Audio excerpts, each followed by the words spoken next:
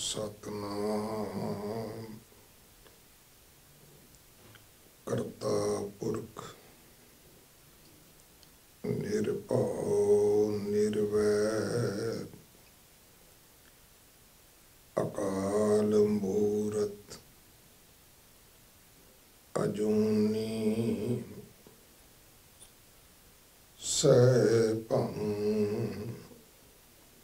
गुर प्रसाद बेशुमार अथाह अगनत अतोलय ज्यों बुलावो त्यों नानक दास बोले। गुरु सवारे खालसा जी। वाहिगुरु जी का खालसा वाहिगुरु जी की फतेह। सारिਆਂ ਤੋਂ ਪਹਿਲਾਂ मैं अपने छोटे वीर भाई भुपिंदर सिंह होरां नूं बहुत बहुत बधाई दिना, जिन्हां ने बड़ा लंबा समा अपनी पिता पुरखी विरासत नूं संभालदिआं धर्म दे प्रचार प्रसार विच सेवावां निभाईआं अते अमेरिका दी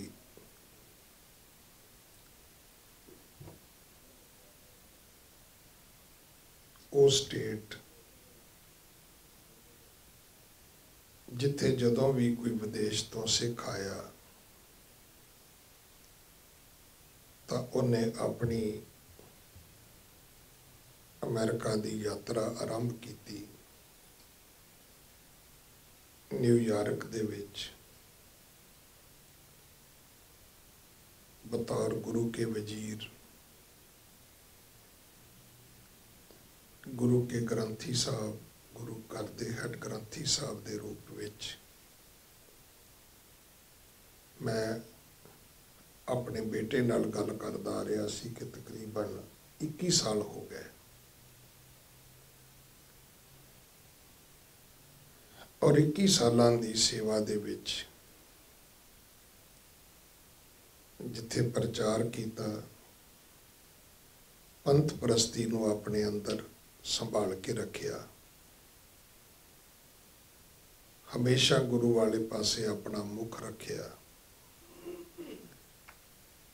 और अज बड़े मान तान दे नाल जिन्हों ट्राई स्टेट दियां जो धार्मिक सभा सोसाइटियां ने उन्हां दी मां कहा जाता है सिख कल्चर सोसाइटी, गुरु घर तो बहुत वड्डियां सेवावां निभाउंदे आ। आप खुशी नाल वदैगी लैके ये जो गुरु घर का आगाज किया है मैं उसकी बधाई देना।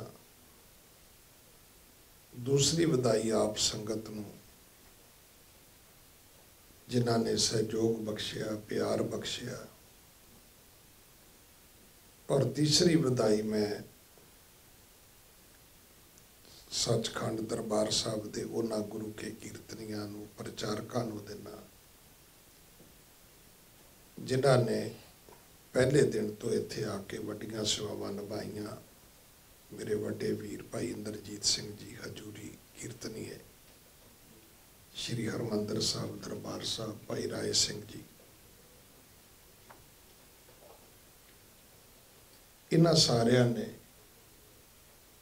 इत्थे आके सेवावां निभाईआं ने और यह स्थान जिसनों सिख कौम के महान शहीद बाबा दीप सिंह जी के नाम तो ਸਥਾਪਿਤ ਕੀਤਾ ਗਿਆ ਹੈ ਗੁਰਦੁਆਰਾ ਸ਼ਹੀਦਾਂ।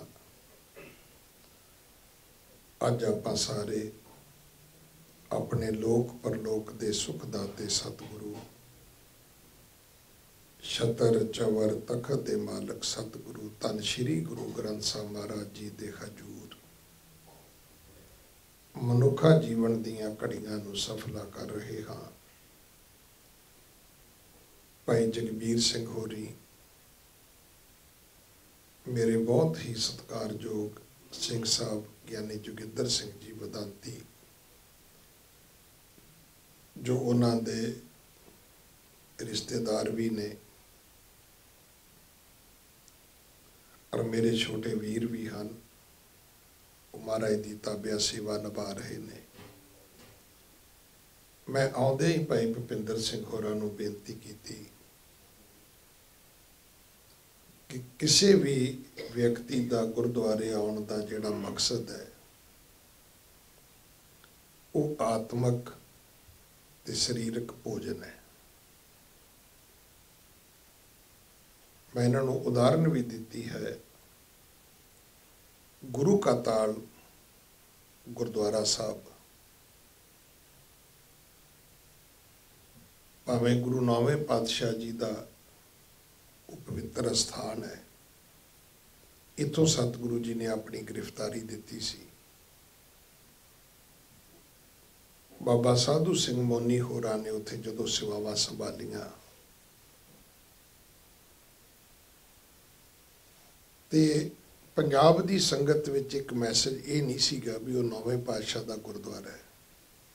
ਮੈਸੇਜ ਇਹ ਸੀਗਾ ਵੀ ਜੇ ਤੁਸੀਂ ਹਜ਼ੂਰ ਸਾਹਿਬ ਜਾਣਾ ਹੈ ਤੇ ਤੁਸੀਂ ਜਾਂ ਗੁਰਦੁਆਰਾ ਦਾਤਾ ਬੰਦੀ ਛੋੜ ਗਵਾਲੀਅਰ ਜਾਣਾ ਹੈ ਤੇ ਤੁਸੀਂ ਆਗਰੇ ਰੁਕਿਓ ਗੁਰੂ ਕੇ ਤਾਲ। ਉੱਥੇ ਲੰਗਰ ਦਾ ਪ੍ਰਬੰਧ ਬਹੁਤ ਵਧੀਆ ਹੈ।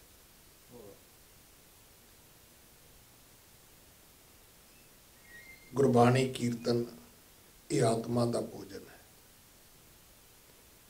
ਮੈਂ ਇਹਨਾਂ ਨੂੰ ਬੇਨਤੀ ਕੀਤੀ ਕਿ ਅੱਜ ਵੀ ਉਹ ਜਗਿਆਸੂ ਰੂਹਾਂ ਹੈਗੀਆਂ ਨੇ ਜਿਹੜੀਆਂ ਇਸ ਆਤਮਿਕ ਭੁੱਖ ਨੂੰ ਮਿਟਾਉਣ ਵਾਸਤੇ ਮੀਲਾਂ ਬੱਧੀ ਸਫ਼ਰ ਕਰਦੀਆਂ ਨੇ ਔਰ ਇਸ ਗੁਣਵੰਤਾ ਨੂੰ ਬਣਾ ਕੇ ਰੱਖਣਾ। ਬਲਾਈਂਡ ਫੇਥ ਹੋਣਾ ਚਾਹੀਦਾ ਮਨੁੱਖ ਦੇ ਮਨ 'ਚ ਕਿ ਉੱਥੇ ਚੱਲੀਏ। ਜੇ ਨਹੀਂ ਵੀ ਪਤਾ ਕਿ ਕਿਹੜਾ ਜਥਾ ਹੈ, ਇਹ ਜ਼ਰੂਰ ਪਤਾ ਹੋਵੇ ਵੀ ਜਥਾ ਉੱਥੇ ਜਿਹੜਾ ਹੋਏਗਾ ਉਹ ਕਲਾਸ 1 ਹੋਏਗਾ। ਮੈਂ ਦਿੱਲੀ ਵੇਖਿਆ, ਹੁਣ ਤੋਂ ਗੱਲ ਉਹਨਾਂ ਕਰ ਨਹੀਂ ਪਾ ਰਹੇ, ਨਹੀਂ ਤਾਂ ਸਾਡੇ ਬਰਾਬਰ ਸੰਗਤ ਰਜੌਰੀ ਗਾਰਡਨ ਜੁੜਦੀ ਸੀ। 3-3 ਜਥੇ ਹੁੰਦੇ ਸੀ, ਨਾਮਵਰ ਜਥੇ ਰੱਖਣੇ ਉਹਨਾਂ ਨੇ। ਫਿਰ ਗੁਰਦੁਆਰਾ ਦੁੱਖ ਨਿਵਾਰਨ ਸਾਹਿਬ ਲੁਧਿਆਣੇ, ਹਾਲਾਂਕਿ ਉਹਦੀ ਕੋਈ ਹਿਸਟੋਰੀਕਲ ਮਹੱਤਤਾ ਨਹੀਂ ਹੈ, ਪਰ ਪਾਲੀ ਹੋਰਾਂ ਨੇ ਉੱਥੇ ਕਥਾ ਔਰ ਕੀਰਤਨ ਦਾ ਉਹਦੀ ਗੁਣਵੰਤਾ ਦਾ ਸਮਝੌਤਾ ਨਹੀਂ ਕੀਤਾ।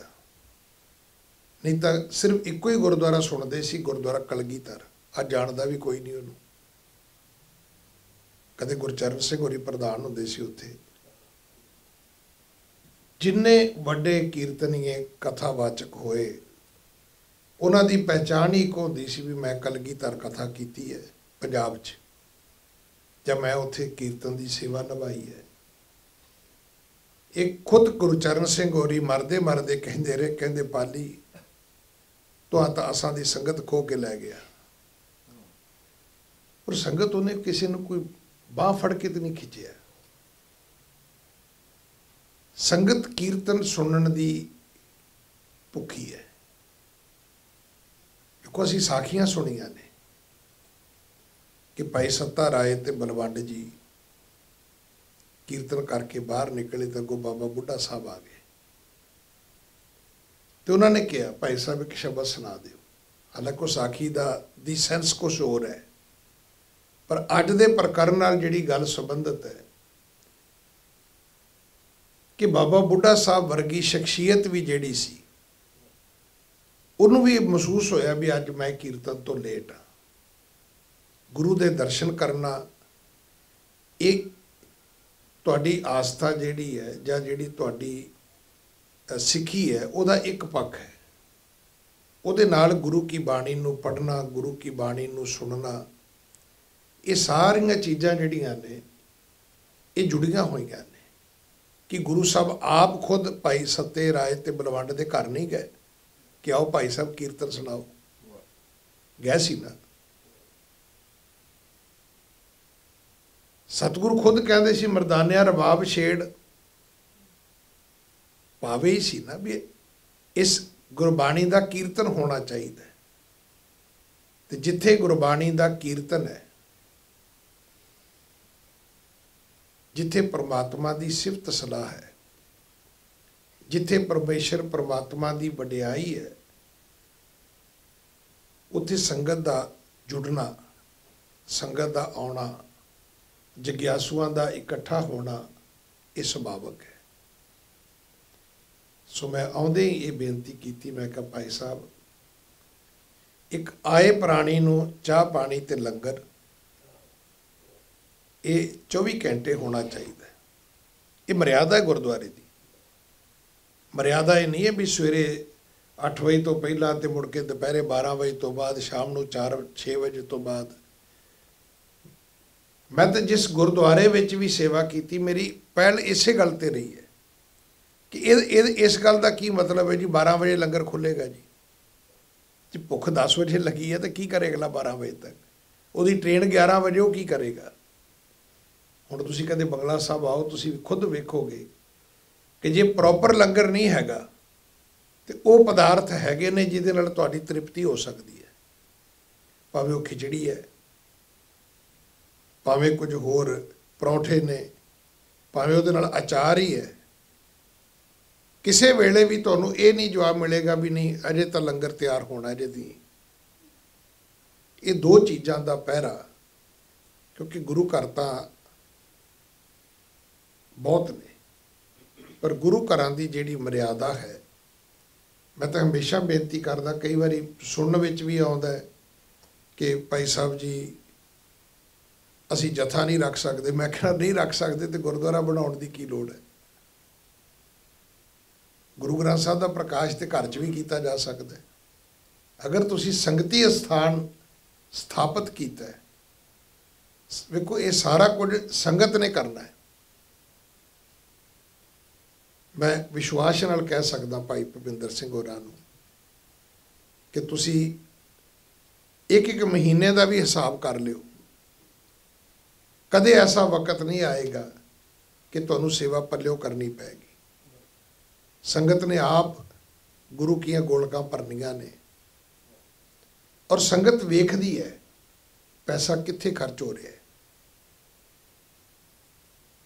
ਸੰਗਤ ਨੂੰ ਵੀ ਪਤਾ ਹੈ ਆਏ ਵਿਦਵਾਨਾਂ ਦਾ ਸਨਮਾਨ ਸਤਿਕਾਰ ਕਿਵੇਂ ਕਰਨਾ ਹੈ।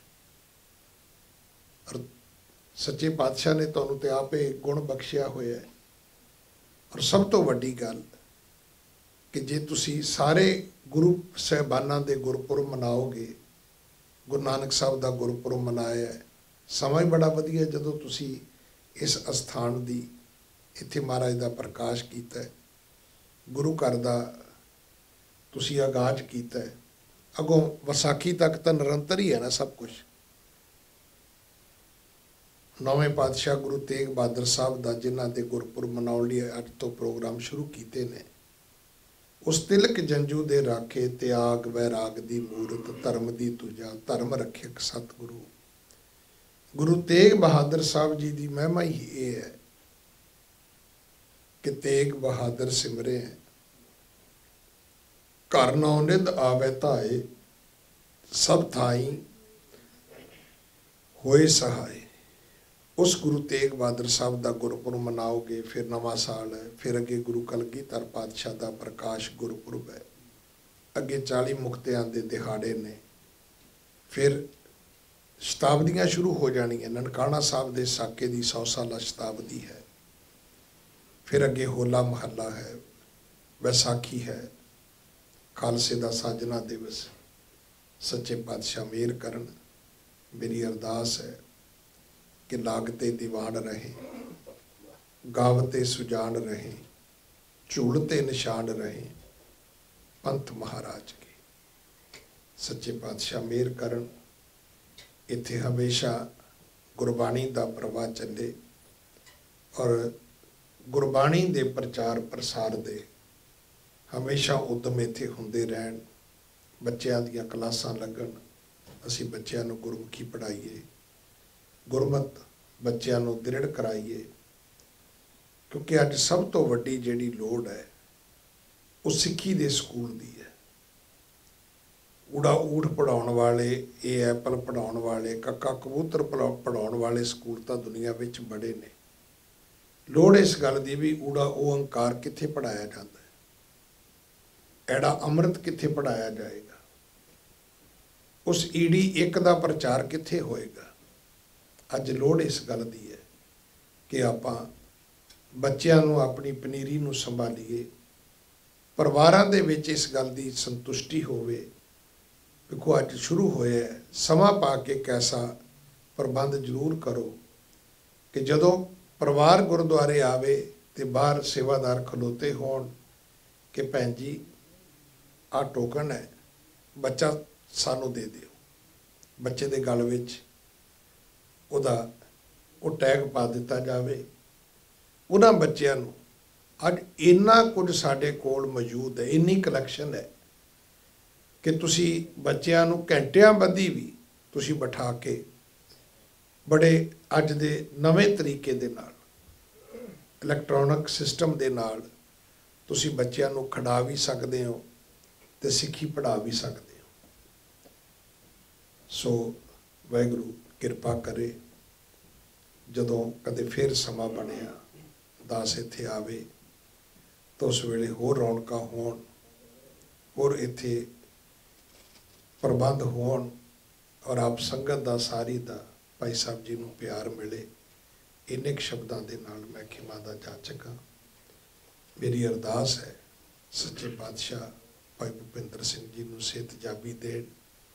और मैं ये भी इन्हां नूं बेनती करांगा कि सच्चे पातशाह ने हुण तुहाडे तो दो सेवावां लैणीआं ने, प्रबंध की भी लैनी है ते तुहाडे तो प्रीस्ट की भी लैनी है।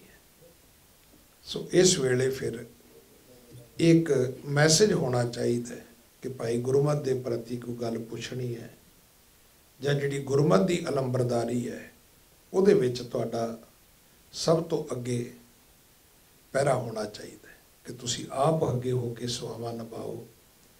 जदों गुरमत की गल आवे, गुरमत सिक्खी सिद्धांतां की गल आवे, सिक्खी के प्रिंसीपलों की गल आवे तो इस गल का एक मैसेज जाना चाहिए कि भाई उत्थे जो साड़ियाँ मर्यादा ने उहदे अनुसार दीवान सजदे ने, उहदे अनुसार सारे कारज जिहड़े ने उत्थे हुंदे ने। क्योंकि अज लोड़ है इस गल दी कि आपां बहुत दूर बैठे हैं, 7 समुद्रां तो पार बैठे असीं, गुरुआं पीरां फकीरां दी धरती तो, उन्हां संतां महापुरुषां दी धरती तो जिन्हां ने वड्डियां घालणा घालियां ने, कमाईयां कीतियां ने। सो इत्थे सिक्खी दे प्रचार प्रसार दा ये सेंटर बने, केंद्र बने। मैं हुण जदों आगरे जाना तो मैं गल कहना हुन्ना कि पंजाब तो बाहर दिल्ली, ये यूपी दे विच, इधर उत्तर प्रदेश में सिक्खी दे प्रचार दा बहुत वड्डा केंद्र है। इत्थे हमेशा गुरबाणी की गल होवे, अकाल तख्त साहब की गल होवे, अकाल तख्त साहब जी की मर्यादा का इत्थे पहरा दिता जाए। ये सारियां जिम्मेवारियां भाई साहब जी तुसी अगे हो के आप निभाउणियां ने और तुसी वेखना पूरा कारवां तुहाडे नाल चलेगा। बोले सो निहाल। सत श्री अकाल।